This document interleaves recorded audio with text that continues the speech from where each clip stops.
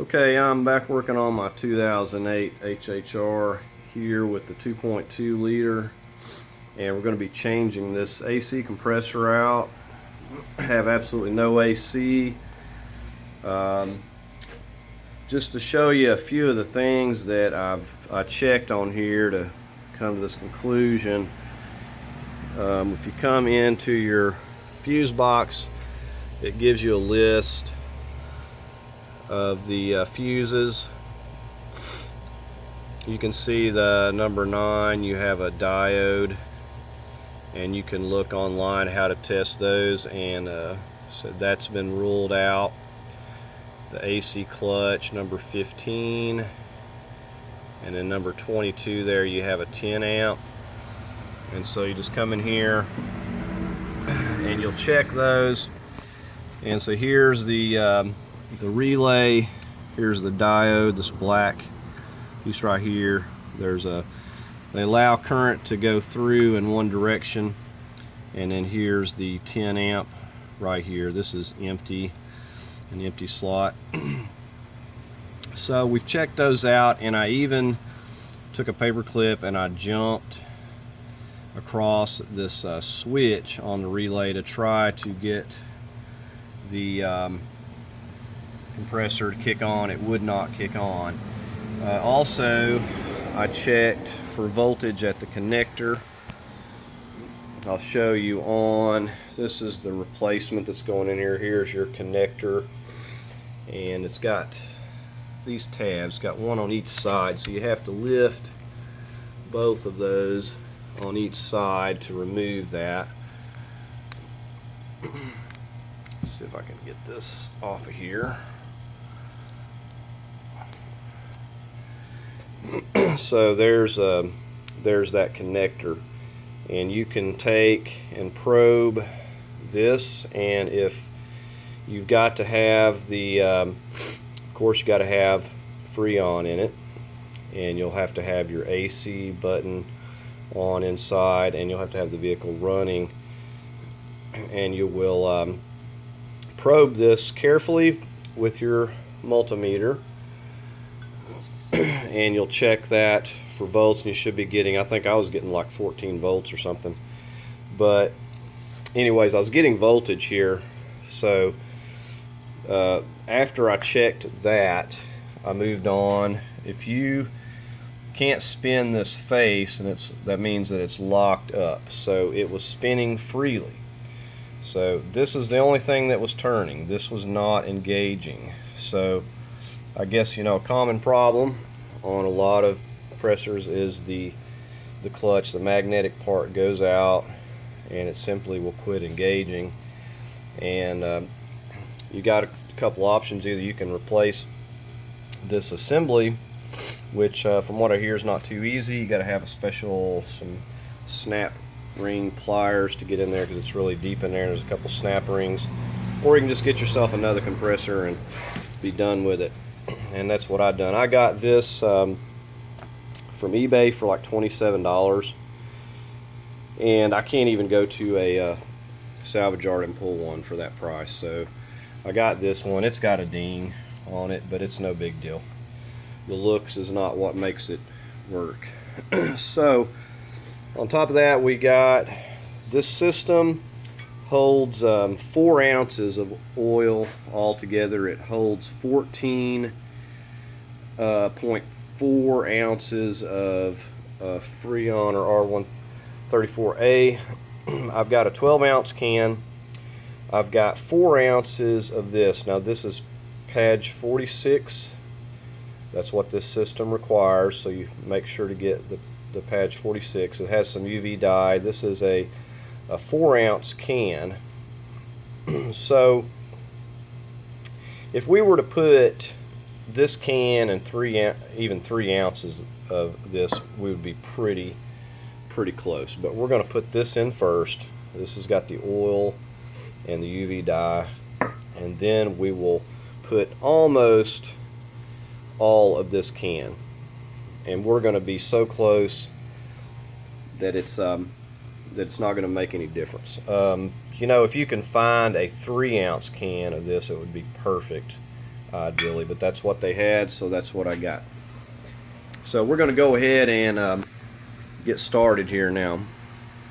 Okay, and of course you want to make sure to have this system vacuumed out by a shopper. Make sure there's no charge or freon in the system before you get started on it. And also go ahead and disconnect your negative cable. It's in the trunk. You have to go in through the trunk and make sure don't close that, or you'll have to crawl in through the back. So the first thing that we have here, and I've already took this loose here, is we got a plastic piece in here. If you look down through here, you can see, it's kind of hard to see, but it's right down there on the bottom. That is your compressor. So we have to come under here. Now I've already got this vehicle lifted up. You could put it on some ramps. I've just got it blocked up because I was doing some previous work to it, and you can see where I've got the blocks under here, and got it in the same spot on the other side, and I just jacked it up under here, and I'm just using wooden blocks. So you come under here, and we got this piece, which is your first task to have to deal with, and there's going to be snaps and a couple of 7mm holding this together, but it pulls out there. So that's your first thing to contend with. And there's one way up here, and I almost broke this getting it off there because it's like way up there hidden somewhere, and it was kind of tricky to get to. But anyways, that's your first task, getting this out of the way so you can see what you're doing. And let me show you the clips here. Okay, so this is all that's holding it on. I used a hammer to help pull some of these, and you got these where you push this pin up and then it releases this part, and then you pop those out, and then there was a few of these 7mm screws around through there. So that's the only thing holding that little plastic flap on. Okay, so we come under the car here, we can see our compressor right here. And you can see that if you were to take this loose and try to replace that clutch with it in the vehicle, this is not going to be a fun task. You're going to want to remove it to really to do anything with this. It's not going to be easy. I'm sure you could pull it down here and get a little more slack, but it would not be fun. I did not want to do that. And if I'm having to change that, then I might as well get another compressor. Now, the next thing we have to do is get on our tensioner up here, and we're going to get this belt off. And you can see this belt is going to have to be replaced. It's dry rotted. So, you know, a lot of times you got these covers on here, you can't see what's going on, and it's not until something breaks before you know there's a problem. So we're going to go ahead and get on this tensioner and get this belt off. Okay, I wanted to go over a few more tools you're going to need before you start this project. You need to get you a set of gauges. You can put a deposit on this and a pump at AutoZone, and it'll run you a $300 deposit. And you know, of course, you'll get that back. So if you can charge that or whatever, you're gonna need that. You'll need to get you one of these type of wrenches to remove your belt because of the clearance in there. You can't get a ratchet or anything. However, this won't work because this is too long. So if you have one of these, you're going to have to cut it. So if you buy one, be wary of that. You're going to have to cut your wrench to be able to have clearance. And of course, you're going to need another belt. And this is the part number for that. Now what I'm going to be using is this thin ratcheting wrench here, and it's a really low profile, and I got this from Harbor Freight. And what I like about it is because it ratchets, it makes it easier to position it. So in other words, with this one, what makes it difficult is it only go on one way, so you got all sorts of things in the way, and this thing's really long. So you can't just put it on there without removing unless you want to remove a CV axle or lower control arm. So you have to cut that thing down in order to be able to use it, which, you know, it really doesn't need to be that long anyway. But this is what I'm going to be using, is this ratcheting wrench, and you can switch it whichever direction you want here, and it's flexible, so if I need to move it in and out or whatever, I can do so. So anyways, we're going to go ahead and get it positioned under here, and I'll just show you. We're going to come right up through right here to get on this tensioner, and it's kind of hard to show you, but it's just right in there, and I just have to push this on here, and it's very easy to turn. It doesn't even have to be pushed all the way in. Okay, so we got that on there, and so I can get this in any position I want, and we're just going to give it a pull in that way, and this belt just very easily will come off of here now. So we're just going to go ahead, and I was able to pop it off just with my thumb there. So we're going to go ahead and just get that out of the way, because we're going to be replacing this. Anyways, that's all there is to that. I'll probably just leave that in position so I don't have to move it again. You can see these ribs, this is on borrowed time. So it's just got a lot of dry rot. So, you know, it's all but ready to snap, and then you got problems. Okay, so now what I'm getting ready to do is go under the car. Like I showed you, I'm going to disconnect this connector, which all you do is pull up on these tabs here, both kind of at the same time, or one at a time, and wiggle it off. So that's what I'm working on.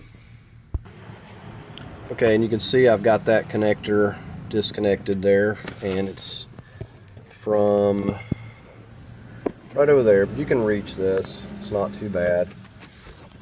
And now what we're going to do is we're going to work on getting this bolt on the top of this right here, where it's kind of hard to show. You can see, kind of see the bolt right up there. There's 1/13. We're using a little 5-inch small 1/4 inch ratchet, and we're going to get right up on top of it here. And like I said, it's not, these aren't just terribly tight, but you can see I've got it right up on the top there, and I'm just loosening it just like that. And there's enough room here, even at this, to get to this easily. And I'm just going to work that bolt completely out, and then that's going to free up these lines from the compressor right here. Now there's no need to disconnect this sensor. We're just going to leave this intact. We're just going to disconnect these with this 1/13 millimeter bolt. Okay, now there's that bolt out of the top of those lines right there. Now we can just go ahead and push those back. Okay, so I just got them pushed back up out of the way, and I'm probably going to put a rag around just to kind of protect them from getting damaged. Okay, and now I'm just using my small 1/4 inch ratchet here to get these 13s on the pump holding it here. I'm working on the one that you can see the easiest here first. And here is the other one. It's pretty easy to get to here.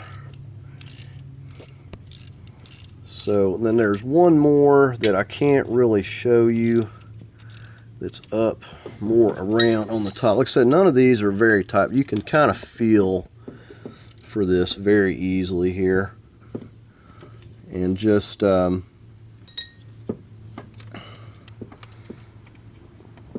we're just breaking all these loose, and these are not very tight. And you can see how I'm working my arm around here to get to this one that's on the back part. I'm going to leave this one right here until I get these other ones completely out, and then I'm going to get a hand on it. Since that's the easier one to get to, we're going to take these here completely out, and I'm going to get that bottom one right there completely out. And I'm just using my little micro ratchet. I broke them loose with my little 4-inch, 1/4-inch drive, and then I'm just using my little tiny micro ratchet to get these. Are really easy. Okay, there's that first bolt out. And I'm going to get on this one right here and just get it completely out. And there's plenty of room so far to pull these out of here. And that's going to be our last one. There's just 3. Okay, you can see it's shifted down there. I got those 2 out, and I'm just working on the last one here, and I'm going to get a hand on it so it just doesn't plop down. I don't think it's going anywhere because of the frame. We're going to have to pull it back and wiggle it and stuff to get it out of here, but we are going to still get a hand on it. Okay, here we are. Got it loose, and we're going to try to get it back here and wiggle it out through this spot right here, and we're going to see how it goes. Okay, so as it turns out, it comes right through this area right here where this indention's at. As long as we get it twisted in the right manner. And there we have it. And you can see a little bit of an indention right there. And that's where I brought it, kind of brought the back down. So we'll nose it up right through there, getting our new one back up into place there. Okay, one of the things I forgot to mention earlier, when getting a replacement, it's important that you make sure that the face, I guess there's like a round face and a triangular face, so make sure you get the right one for your model. So the best way to do that is just to take a flashlight and look down there and see what you got, or if you can get the model number. This is a 2008 2.2 liter LS model, and this is the number that it takes, AC Delco. So this is the one going in there. We're going to go ahead and work it back into place and just nose it up through that spot. Okay, so we just pushed it right back up through here and wiggle it around. You got plenty of room. It's really easy. And we're going to go ahead and start working the first bolt back in. Now, you see those seals on those on the line right there. Worst case scenario, you'd have to replace those, but you usually can get those at pretty much any parts store. But I think we're going to try them and just see what happens. I'll put vacuum on it and I'll know right away if it's going to leak or not. So didn't have any leaks before, but you know, like I said, the pump was not kicking on. So if I do have a leak, then I'm going to know that it's these seals right here, the culprit, because it's the only other thing that's been disturbed. Okay, so there's the first bolt. I just started it by hand. I'm going to go ahead and get this one right down here. Just push it up a little bit and get it started. Okay, so those 2 bolts are in, and now our final bolt that goes up here where I can't really show you, but you can see about where my hand's at, right there. So right about above this area, and you can feel, it's very easy to feel for it. And you should be able to get them all started by hand. You know, before you go to snugging anything down, make sure you get them started by hand so you're not stripping them out. And then after we get them all going good, then we'll come back and snug them. Just snug them down really good. Okay, and we got those snugged down. I just used my 4-inch, 1/4-inch ratchet with a 13mm. I broke them loose with this, so tightening them back with it's plenty good enough. Now I'm getting ready just to remove these little protective caps, red caps here, and then we're going to pop our lines back in, and we'll make sure that we don't have any debris around that. We clean it off with a clean paper towel. Okay, so that slipped on there very easily. Usually there's some alignment. I'm just putting this bolt back in here, and definitely make sure to get it started by hand. If you have to wiggle it around, make sure you get the thread started by hand really good before you use any type of ratchet on it. But as far as these lines go, these very easily went into place there. So we're just going to go ahead and snug that 13mm bolt down on the top there. Okay, now we're just going to plug this connector back in. It just goes right back up here.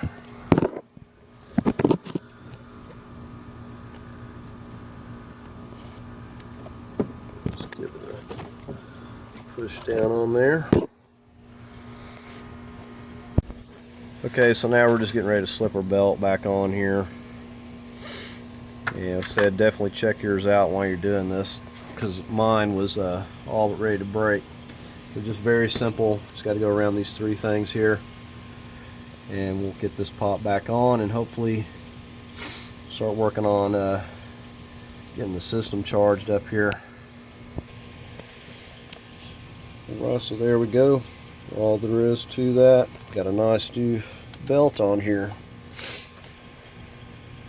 Okay, so we're just getting ready to hook our gauges up. We got our vacuum pump sitting here, plugged in, and right now we've got all these are closed clockwise, and we're going to go ahead and work on connecting these. So we're gonna, this is where our high pressure red hose will go. So we're going to go ahead and get that connected. This will be turned counterclockwise. Closed just means that valve is up. Open means we got it turned clockwise and it's compressing the valve. We want it to be up, so we want it in the closed position. We'll put it on and we'll snap it on there. We'll go ahead and we can turn it clockwise all the way. So now that one's ready to go. And we'll take our blue, come over here to our low. This one I noticed, so again we got this counterclockwise. This one's a little more stubborn to pop on here. Okay, there it goes. And now we'll open it up, turn it clockwise. And so we've got these lines open. They're closed off here for now. Nothing, no air can get through or anything. So we're going to take our yellow, get it untangled here, hopefully. And we're going to come right down here on our pump, and we're going to connect it into the one that it fits on, which in this case is this one right here. And these have O-rings, so you don't have to get them very tight to get them to seal. And we're just going to go ahead and snug that. We make sure, this is where you fill your oil, make sure that you got oil, and you see you have the max and minimum line. You want to make sure that you have oil in here. So now we've got it set up to go ahead and start vacuuming. We're going to make sure it's going to hold vacuum. Go ahead and flip it on. Now it's not going to do anything until we open these up, and we're going to go ahead and you can hear the pump when you open these up. It'll start smoking a little bit, getting all that air and stuff out of there. But we're going to let this go for a bit here. Ideally I want to vacuum it for an hour or so, but I'm going to vacuum it down till that It's down to about the 30 mark, and then I'm just going to see if it's even going to hold any vacuum. So that's the first obstacle. Okay, so you'll want to let this set for a bit, and save yourself some heartache and make sure that it's going to hold that vacuum before you move forward. Now, we open both of these when we're doing the vacuuming. That's so we can pull a good vacuum out of both sides of the system, but when we go to filling it up, we're going to make sure this is closed. Now, it will still read the pressure, but this just means no gas or anything is going to be going through. Coolant's going to be going through there, through that side. It's only going to be going in this side. So we're going to let it set for a minute. We'll just see that it's going to hold vacuum, and then we'll just continue on. Let it vacuum down for a little bit. Okay, so you need to have yourself a can tap, unless you got some of these newer self-sealing cans. Now, this has the oil, like I was talking about earlier, the Patch 46. It's also got the UV dye. This is the first can that we are going to put in, and I said we'll work on, this is going to be, the whole system's 4 ounces of oil, and this has got a couple of ounces, which is going to be plenty. There's going to be oil in the system still, and being that it's not a brand new compressor, it's probably got a little bit of oil in there, but this is going to get the oil, enough oil back in the system. You don't want to over oil them as well, but so we're going to let it vacuum for a minute, and then we'll go ahead and get this can hooked up. All we have to do is get our tap screwed on there, and then we twist this down clockwise and puncture the seal, and then we'll get it hooked up. Okay, so let's just make sure this is turned counterclockwise, so that pin is all the way up before we go to fasten it on here. And what I like to do is, before I puncture it, actually get it hooked to my hose, but I'm still vacuuming it right now, so we're going to hold off a minute.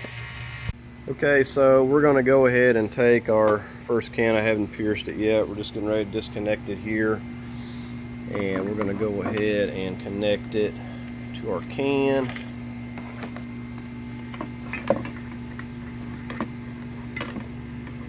And then we'll get this pump out of the way here.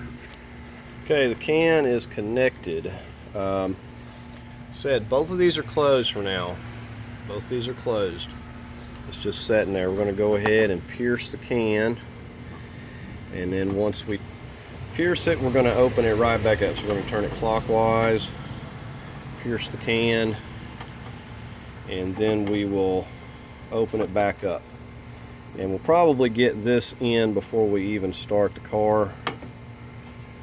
Don't know how much it's going to take. So it only is going to hold this and not even another can. So we're going to do that, and then we'll crank the car up. Okay, we're going to purge this line right here just to get any air that might be in this tube right here. Okay, now we're just going to open up this side only, and you can see it going into the system. So it'll probably get at least this can into the system before we need to crank it up.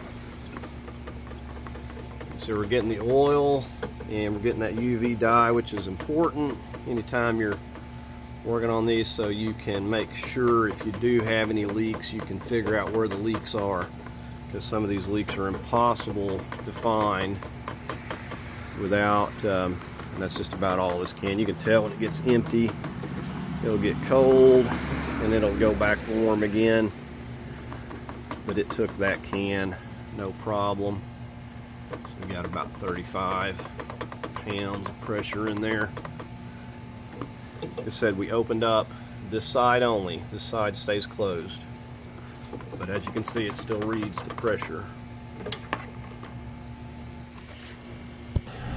Okay, with that one can, I'm going to go ahead and come in here and turn it on and just get the AC going, and we're going to see when it's going to kick on here, but we do have it running. We got it full blast, See, we want it on recert, and we do have this pushed down so the AC's on. So we'll go out here and we'll go ahead and get another can hooked up. Okay, so I like what I see already, and just to show you, right there we got our compressor turning, so that's a good sign already.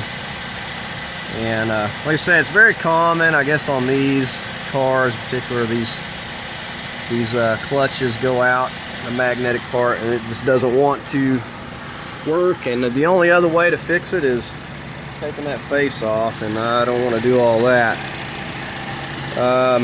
So anyways, we got it kicked on here, and that pump will actually pull the rest of that out of that line. But we've got our oil in there. We're going to go ahead and close this,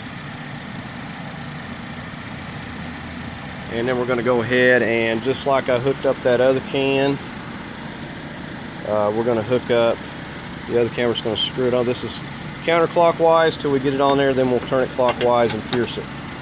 So let's go ahead and get our other can hooked up here. Okay, so we got this can hooked up. We're just getting ready to turn this clockwise and pierce it. Then we'll open it right back up. Okay, with it opened up, we're going to go ahead and get up here, and we're going to purge the air again. Okay, we're going to go ahead and open it back up, and ideally we want to get all but just an ounce or so out of here. Okay, I got all but a little bit of that can in there. I feel like I'm at the right amount. I know I've got really, really close. I said, even if I put every bit of it in there, just to show you right here, look on here, it tells you need 0.9 pounds, which converts to 14.4 ounces. So it's a can and a little bit more. So even if I put every bit of it, I'm not going to be in any danger of hurting anything. But I tried to get it to where I was leaving just a little bit in the can, air on the side of caution. This is what these are running at. Of course, it's like 93 out here in the shade today, but the fan's kicking on, the compressor's running good. I'm going to get my gauge and go in there. We'll see what it's putting out on the vents. Okay, I just wanted to show you, I've let this run. I got it on recirculate, and we're down. You can see that pretty close to getting around our 40 degree mark there. I mean, it feels really good. I mean, it's like 95 out here. I just checked it, and it feels really good coming out of here. I mean, I'm pretty happy, and it's doing this just sitting here idling. Sometimes vehicles don't cool as good idling as they do going down the road, so this may very well get to cooling a whole lot better going down the road, but it's just sitting here just idling, and we're down to that, and it feels really nice in here. I really liked it. It's a very quiet running car as far as the engine goes, and it seems like it has a lot of power. You can just barely hear the thing running, but it's a nice little car, and it'll be good to have this air working in it. So we'll come out here, and you can see this is where our gauges have wound up at. We know we got the proper amount in the system because we put the right amount of ounces in there. So we know we're like, pretty much right on the money. So that's not going to be any issue as far as the cooling. It could be something else going on, but once you got the right amount in, a lot of this stuff has been replaced up here. It's got a new fan, a new radiator, and so everything's in good shape. So everything's looking good. So that's probably going to conclude this video. I'm happy with it. It doesn't take a lot to fill this thing up. I said the only problem with this vehicle was this clutch here not engaging. You have to remove this and have snap rings and everything to replace this. So The pump may have very well been okay, but it wasn't engaging, so we don't know. So it's just easier to take it off and slap another one on. So anyways, that's going to conclude this video. I hope you found it helpful. If you did, please give it a like. As always, I invite you to subscribe. Thank you for watching.